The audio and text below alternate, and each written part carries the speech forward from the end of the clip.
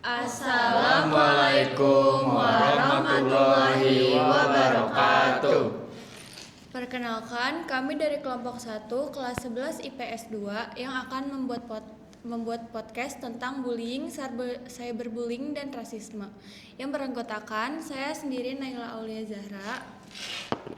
Saya Intan Kamila Salis. Dan saya Nindya Kansa Nabila. Saya Naria Banyu Pramadani. Saya Danis Mustafafi.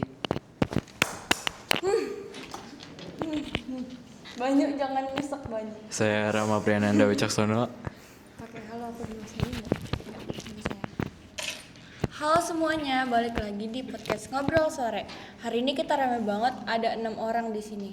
Topik kita kali ini agak serius tapi penting banget karena tentang bullying, cyberbullying dan rasisme. 3 hal ini kadang sering dianggap sepele loh, tapi sebenarnya dampaknya tuh besar banget buat korban. Yang pertama kita bahas dulu tentang bullying. Nah, kita mulai dari bullying dulu ya. Bullying itu perilaku nyakitin orang secara sengaja, dilakukan berulang-ulang, dan biasanya tuh ada tuh ketidakseimbangan kekuatan. Nah, bentuknya itu ada banyak. Bisa secara fisik, contohnya kayak mukul atau dorong. Terus verbal, kayak contohnya ngejek atau ngatain orang. Atau sosial, secara sosial nyebarin gosip biar orang itu ngejauhin si korban. Efeknya juga panjang banget loh. Korban bisa-bisa kehilangan rasa percaya diri, takut ketemu orang, bahkan trauma sampai bertahun-tahun.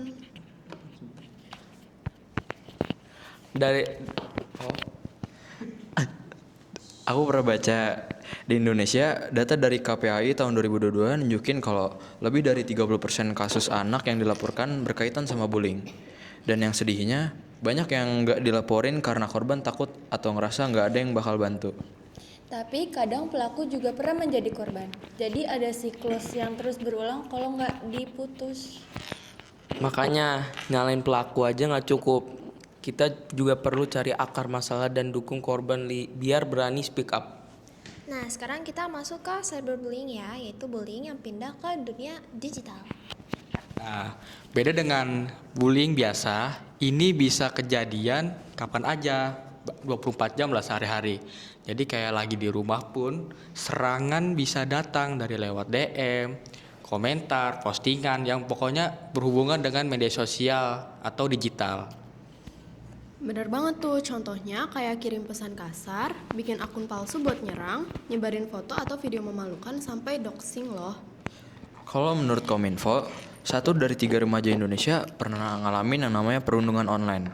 Efeknya nggak cuma ngeganggu mental doang, tapi juga bikin korban ngerasa nggak aman dimanapun. Dan yang bikin parah, jejak digital itu susah banget untuk dihapus. Sekali tersebar bisa aja kayak itu bisa terus-terus kepikiran ke korban, kayak menghantui korban.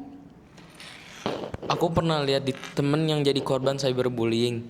Dia sampai hapus semua akun medsos dan pindah sekolah karena udah nggak kuat. Nah, yang ketiga, kita masuk ke rasisme ya. Rasisme itu perlakuan gak adil atau kebencian terhadap orang karena ras, warna kulit, atau etnis. Nah, itu bisa dalam bentuk seperti terang-terangan, kayak hinaan atau penolakan kerja dan lain-lain. Dan juga bisa juga halus kayak stereotip atau candaan rasial gitu yang dianggap biasa aja, contohnya kayak warna kulit dan contoh yang lainnya lah yang paling sering kita lakukan setiap hari gitu. Di Indonesia, kita sering gak sadar kalau beberapa ucapan itu sebenarnya rasis. Misalnya, memanggil orang dengan nama panggilan berdasarkan warna kulitnya itu termasuk rasis loh. UNESCO mencatat, rasisme itu bisa memicu yang namanya stres kronis, gangguan kecemasan, bahkan gangguan kesehatan fisik seperti tekanan darah tinggi. Dan sering banget pelaku ngegampangin kayak ngomong paling cuma bercanda, nggak asik banget sih orang cuma bercanda. Padahal itu efeknya sangat bisa banget membekas bagi korban dari rasisme ini. Makanya kita harus peka, nggak semua candaan itu pantas buat dilakukan. Nah, intinya tuh bullying, cyberbullying, rasisme, dampaknya tuh serius banget deh. Nah, sebelum ngomong atau bertindak sesuatu, coba tanya diri sendiri. Kalau ini dilakukan ke aku atau siapapun tuh, gimana rasanya? Kalau jawaban yang nggak enak ya jangan dilakuin, sesimpel itu loh. Kita semua bisa mulai dari hal kecil kayak jaga ucapan, nggak ikut-ikutan nyerang, dan berani speak up kalau ngelihat kayak hal-hal begini. Dan kalau bisa dukung selalu teman-teman kalian yang selalu jadi korban, karena bagi orang-orang yang terkena dari dampak bullying, cyberbullying dan rasisme, dukungan itu sangat banget penting. Kadang mereka cuma butuh tahu kalau ada yang percaya dan peduli sama mereka.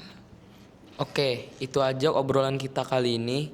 Semoga bikin kita semua lebih peka, lebih empati, dan lebih berani melawan hal-hal kayak gini. Sekian dari podcast Ngobrol Sore kali ini. Semoga bermanfaat buat See you next time.